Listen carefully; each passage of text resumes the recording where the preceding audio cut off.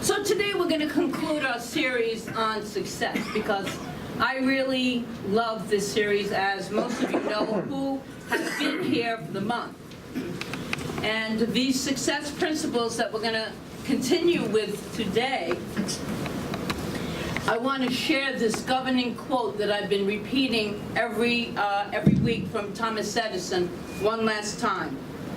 If we did all the things that we are capable of doing, we would literally astound ourselves. We've done that every week because it's so true. We are so capable of so much more than we ever could imagine. And trusting and believing in that is so important because there's so many untapped gifts within us waiting to come forth. And I'm excited for each and every one of us because I truly believe that. So we've been using Jack Canfield's insightful and empowering book, The Success Principle, how to get from where you are to where you want to be. And we had them for sale. I think they sold. This month we have recognized and aligned with our inner creative power to succeed. We've been doing all kinds of wonderful I handed out different exercises to write down and to apply in our lives, because these spiritual teachings that I'm talking about today and every Sunday are to be used. If you don't use them, they don't work. So that's just my letting you know that. So this month, we have recognized and aligned with that creative power, and we're acknowledging that success itself is a God principle, is God ordained. It is God ordained. It is a quality of the divine, the infinite energy. As we succeed, we provide the fundamental spiritual principle of our science of mind, which is there is a power for good in this universe, and we can use it. We can use it if we choose. It is there within each and every one of us. It's not like a couple of people got blessed over here and they're successful. It's there within each and every one of us. In the book, The Aladdin's Lamp, it is reported that Ernest Holmes did a simple prayer treatment for one of his proteges, Bill Hornaday. Yeah, very well known in our New Thought circle. And this was for Bill's success as a newly installed speaker at the Belmont Theater. And then Ernest Holmes said, as Bill was getting up to speak and finished the speak, and he said, "That's good. It's done, Bill. Now go and prove the principle. Go and prove it. Use these principles that we speak of, use them in everyday life, in thoughts and in actions." And that's what we are doing when we succeed.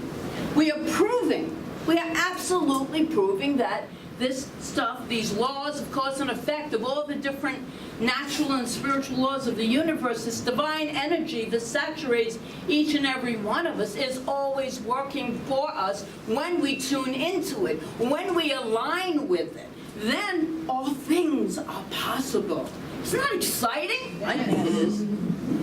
But I think a lot of things are exciting. I just love this teaching. So think about the honeybee for a moment.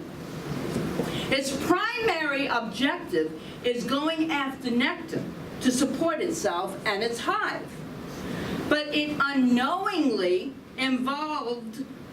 unknowingly involved in a much bigger purpose. As it flies from flower to flower in search of more nectar, it picks up pollen on its wings and thus ends up cross-pollinating all the rooted botanicals in the world. It's an unintended byproduct of the bee's nectar-seeking activity. So it is with you and with me.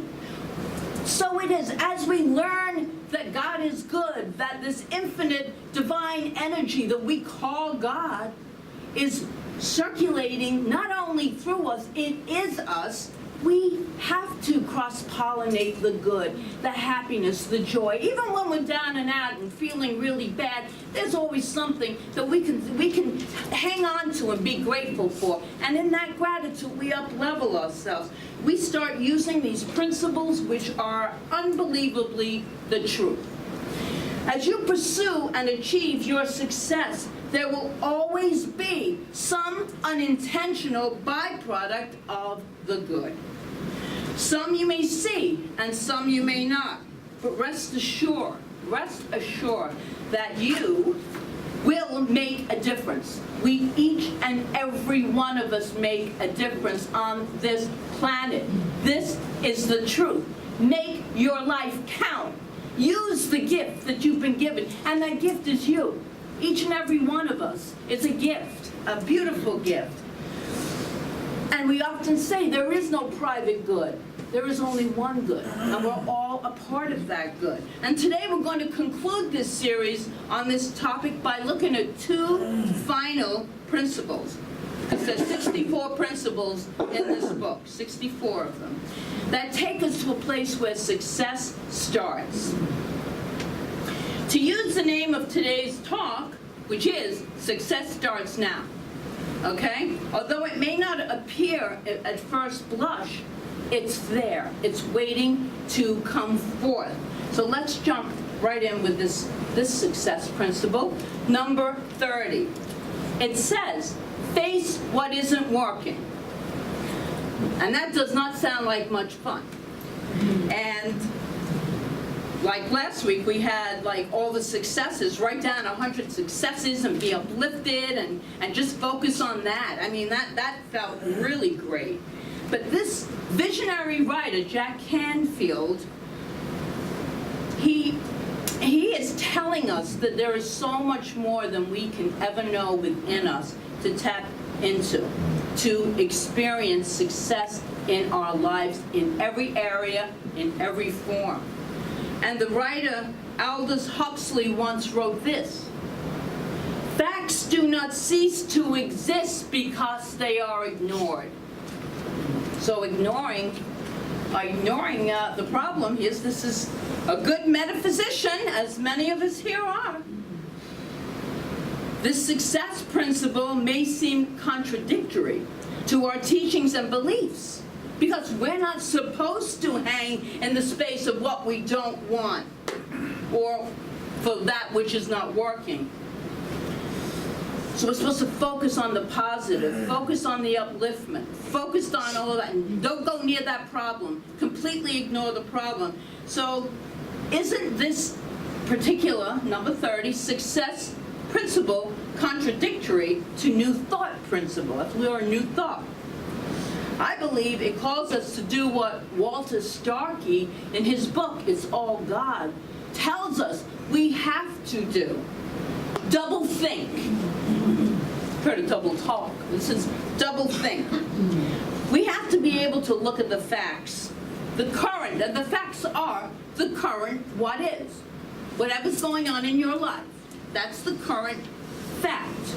It passes, conditions always do. Well, absolutely at the same time, know the truth. Because underneath every condition, every circumstance, every heartbreak, every kind of situation that doesn't feel good, there is a spiritual reality that is not a fact. It is reality. It is beyond facts. It's beyond human language. It is the divine energy, and that is always there. And I believe it calls us to do what he tells us in his book, Walter Starkey, to really get in touch with that spiritual truth and to know that we have what's going on in our lives. Don't ignore it. Don't do a spiritual bypass. Do not, because it'll still persist. It'll still be there. So Jack Canfield writes this in his book: if you are going to become more successful, you have to get out of denial and face what isn't working in your life. Do not dwell on it, but to face it and deal with it. Do not make excuses for your bad do you make excuses for your bad marriage? Are you in denial about your lack of energy, your excess weight, your ill health, or your level of fitness? Are you failing to acknowledge that sales have been on a constant downward spiral trend for the last 3 months?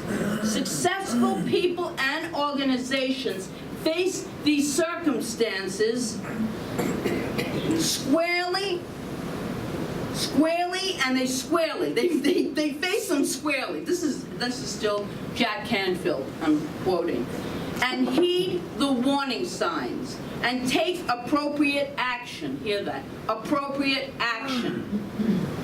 No matter how uncomfortable or challenging it might be, they are willing to look at what is and to deal with it rather than hide and deny it. And that's from Jack Canfield. A practitioner who I used to know, and when I first came into religious science, used to say, honey, denial is it just ain't a river in Egypt. Often denial is based on the notion that something even worse will happen once we stop denying a situation and face it. Really deal with life as spiritual beings. With both. With spiritual beings, while having a human experience. I want us to acknowledge that human experience and to face these facts squarely, because we don't want them to get worse. But from a spiritual perspective, facing the facts can catapult us to a new level of beingness, and frankly, a whole new level of success. I know when I've gone through some of the worst times that I felt emotionally and physically in my life had brought me, because I faced them, I dealt with them, I did something about them, have brought me incredible success in my life. Incredible success. And that success, to me, is happiness. Beautiful happiness. Religious science minister, Reverend Dr. Arthur Chang, authored an article in the Science of Mind magazine a number of years ago. In it he wrote, this is interesting, succeeding through the creative pathway requires that we grasp the notion that the category of experiences we label problems are simply disguised opportunities. The Chinese understand this and correctly render, this is interesting, the same character in their, I don't know if they call it an alphabet, but in their language, the same character to represent both crisis and opportunity. It's the same. It is said, I'm still reading from him, it is said that it is one thing to pray for opportunities, but quite another when opportunity knocks to complain about the noise. Problems are the noise. Opportunities make as it knocks. So this is the noise that opportunities make as they knock at our door. That door that we keep talking about. We keep talking about closing one door, stepping through another, and you know, it's opportunity makes a noise. It knocks at your door to let you know it's present. And then let me finish him. Okay. Our problems, this is good. Our problems provide the creative tension necessary to make us go deeper and within and find the unsuspecting spring of spirit just when it may appear that we don't have enough to get the job done. And I love that line. I want to read that one more time. Our problems provide the creative tension necessary to make us go deeper within. It's an inside job, always will be. And find the unsuspecting spring of spirit just when it may appear that we don't have enough energy to get the job done, whatever it is. Face them. Deal with them. then let them take us deeper. If you use these spiritual principles when you're in the middle of what we call crises, which is temporary, you will go deeper each time. And guess what? When those issues, those circumstances pass, and they always do, you are still left with that depth, that connection to spirit that you could not have gotten if you didn't go through that situation, if you didn't go through that crisis. Learn from every single experience. It's a gift. It's an opportunity. Canfield, being outrageously practical, suggests that we make a list of what isn't working. What if you took an inventory of your life in the 5 key areas? There are 5. What would you discover? Health. How is your physical, emotional, mental well-being? Is there anything in there that needs attention? 1. Finances. How is the flow of money and material good through your life? Do you have leaks that could be patched up? Relationships. Take a look at the quality of your interaction with others. I'm talking about everyone, family, friends, neighbors, mates, co-workers, everyone. Anything to be cleaned up there. Career and creative self-expression. How you express your special gifts and talents, whether it is for income or not. That doesn't make a difference. Are you living on purpose?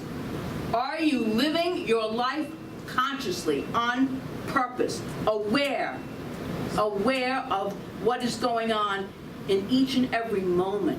It's such a wonderful way to be, to live. And here's the 5th, spiritual and personal growth. Your relationship with yourself and with the God of your being, the God of your understanding. Where are you in this critically important dimension of your life? So depending on the area that you choose, you may want to enlist the help of maybe one of our practitioners. They're all life coaches. They've all been through many years of study, and they know how to coach people through. I use a practitioner. Practitioners use practitioners. So it's such a good, it's a wonderful tool, aid, guide, a way to clear up. And then choose one action in your area. Choose one action and do it. That's the key part. Then keep taking another action, and then another action until the situation gets resolved. You ever know that when you do this, you ever notice this? When you do take an action in the direction of, you know that this is, it's almost like it's guided, it's intuitive. It's intuitive. That some of it parts, and then you take another one, and some of it parts, and then you take another one until the situation is resolved. Because as I said, they're always fleeting. They don't last. The only thing that lasts is your divinity. And each and every person in this room is a divine being of God itself. So there's a saying in religious science, treat and move your feet. And treat, what we mean by treatment is affirmative prayer. So you pray, of course you pray, and then you move your feet. You take action. The success principle is the move your feet part. And as I have said in Sundays past, our practitioners are here to support and empower you through this with their strong spiritual awareness and spiritual mind treatment, affirmative prayer, so use them. So this takes us to our final, that we're not going to do all 64. We're going to go to, although we could. This takes us to the final success principle that we will explore from this great book, which is principle number 63. Start now, just do it. Start now, just do it. Oliver Wendell Holmes once said, many people die with their music still inside of them. Why is this so? Too often it is because they're always getting ready to live. Before they know it, time runs out. let's not be one of those kinds of people with our music still inside of us. There is no perfect time, okay, everyone? Just let you all know, there is no perfect time. Just do it. I remember when I wanted to have my first son, being Mother's Day, I can say that. It was, I didn't care about the financial well-being. I didn't care about any of that stuff. I just knew one thing. I wanted my child, period. That's it. If I would have waited, who knows? And then I had issues getting pregnant. But I had him, and 13 months later, the other one was on its way. So glad they cleaned those issues. But I didn't wait for the perfect time. The perfect time is now. That's really important. I hear people say that. Oh, when I get to this, then I'm going to do that. And when I get to this, I'm going to do that. Do it now. Don't wait for the signs from the universe or the stars to align in your personal horoscope. Don't wait for that. Go ahead and give it to yourself now. Begin now. And remember this great quote from Goethe. Whatever you can do or dream you can, begin it. Boldness has genius, power, and magic in it. Love that quote. I'll read it again.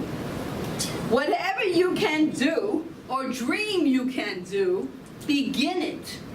Boldness has genius, power, and magic in it.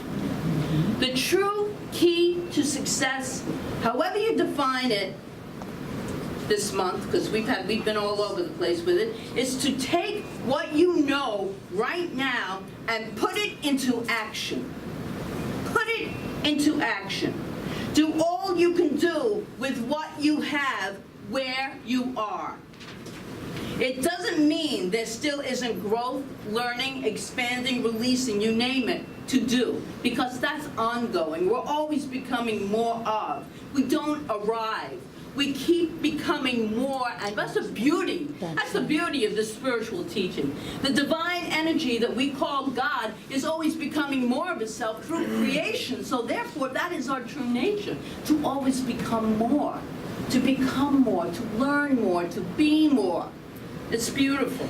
So it never gets old. It just doesn't. So you don't want to die with your music still inside of you. No. I'm sure that you have recognized the name of the author of our book for this month, Jack Canfield, as the co-publisher also of the outrageously successful, meaningful, and valuable book called Chicken Soup for the Soul. Very well known. Well, the line didn't start out like that. His book line, he has a book line, a whole book line of them, it's not just one book. It didn't start out like that, so I want to read to you what Canfield had to say about his early days. When Mark Victor Hansen and I first released Chicken Soup for the Soul, I thought it would be a good idea to sell the book in bulk qualities to some of the larger networking marketing companies, thinking they could give them or resell them to their sales force to motivate them, to believe in their dreams, to take more risks, and thereby achieve greater success in selling. So this is what he did. I got a list of all the companies that belong to the Direct Marketing Association, and I started cold calling the sales directors of these large companies. Sometimes I couldn't get the sales director to take my call. Other times I was told, we're not interested. Several times I was actually hung up on. But eventually, after getting better at getting through to the right decision maker and properly discussing the book's potential benefits, I made several significant sales. A few of the companies liked the book so much that they hired me to speak at their national conventions. I was a little scared was I a little scared in making those cold calls? Yes. Did I know what I was doing when I started? No. I never tried to sell mass quantities of books to anyone before. I had to learn as I went. But the most important point is that I just got started. Then he continues, I got into communication with the people I wanted to serve, found out what their dreams, aspirations, and goals were, and explored how the book might help them in achieving their objectives. Everything unfolded because I was willing to take a risk and jump into the ring. You too have to begin from wherever you are to start taking the action that will get you to where you want to be. Do you even know where you want to be? It's a good question to sit with. And really, if you don't meditate, you can still contemplate. Contemplate, what is it I truly want in my life? And how can I serve? Those are your two questions. You and you alone are responsible for taking the action to create the life of your dreams. No one else is going to do it for you. If you're waiting for someone to help you do that, forget about it. It'll be real New York. Forget about it. It's not going to happen. It really isn't. It's up to us always. You have the talent and the resources you need. You have it. You have it all there, and you're ready when you start immediately from this place of where you are with what you have. The God of your being knows you can do it. It's always there to support us. This universal power is always supporting us. And if you don't believe me, and I tell people, don't believe anything I say up here, do it. See if these principles work for you. So, what is yours to do, my friends? What is yours to do? What is your first or next step? How has this month inspired you to move into your expanded level of awareness, of consciousness? So ponder these questions, answer them, and then take the action.